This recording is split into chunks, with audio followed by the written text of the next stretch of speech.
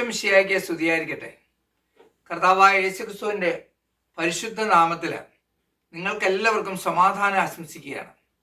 ഇന്ന് ദിവസം നമ്മൾ ചിന്തിക്കുന്ന തിരുവചന ഭാഗം കൊളോസ്സുകാർക്ക് എഴുതിയ ലേഖനം, അത് 3-ാം അധ്യായം 22 മുതൽ 25 വരെയുള്ള തിരുവചനങ്ങളാണ്.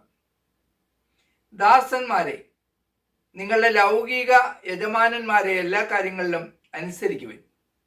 ഇത് മനുഷ്യപ്രീതിക്ക് വേണ്ടി മറ്റുള്ളവരെ കാണിക്കാനായി ചെയ്യുന്നതാകരുത്.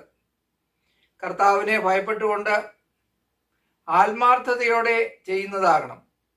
നിങ്ങളുടെ ജോലി എന്തു തന്നെയായിരുന്നാലും മനുഷ്യനെയല്ല, ദൈവത്തെ സേവിക്കുന്നത് പോലെ ഹൃദയ പരമാർത്ഥതയോടെ ചെയ്യുവിൻ. നിങ്ങൾക്ക് പ്രതിഫലമായി കർത്താവിൽ നിന്നും അവകാശം ലഭിക്കുമെന്ന് അറിഞ്ഞുകൊള്ളുവിൻ. കർത്താവായ ക്രിസ്തുവിനെ തന്നെയാണല്ലോ നിങ്ങൾ ശുശ്രൂഷിക്കുന്നത്. തെറ്റ് ചെയ്യുന്നവന് ശിക്ഷ ലഭിക്കും. അക്കാര്യത്തിൽ മുഖം നോട്ടമില്ല. Praise the Lord. വളരെ വ്യക്തമായിട്ട് ലേഖനം നമ്മളെ ഓർമ്മിപ്പിക്കുകയാണ്.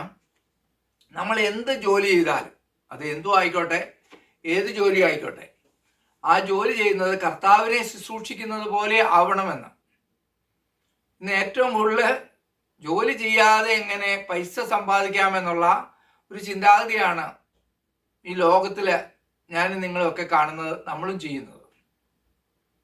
അപ്പോൾ ആ ഒരു കാഴ്ചപ്പാട് തെറ്റാണെന്ന് വളരെ വ്യക്തമായിട്ട് ഈശോ നമ്മളെ ഓർമ്മിപ്പിക്കുകയാണ്.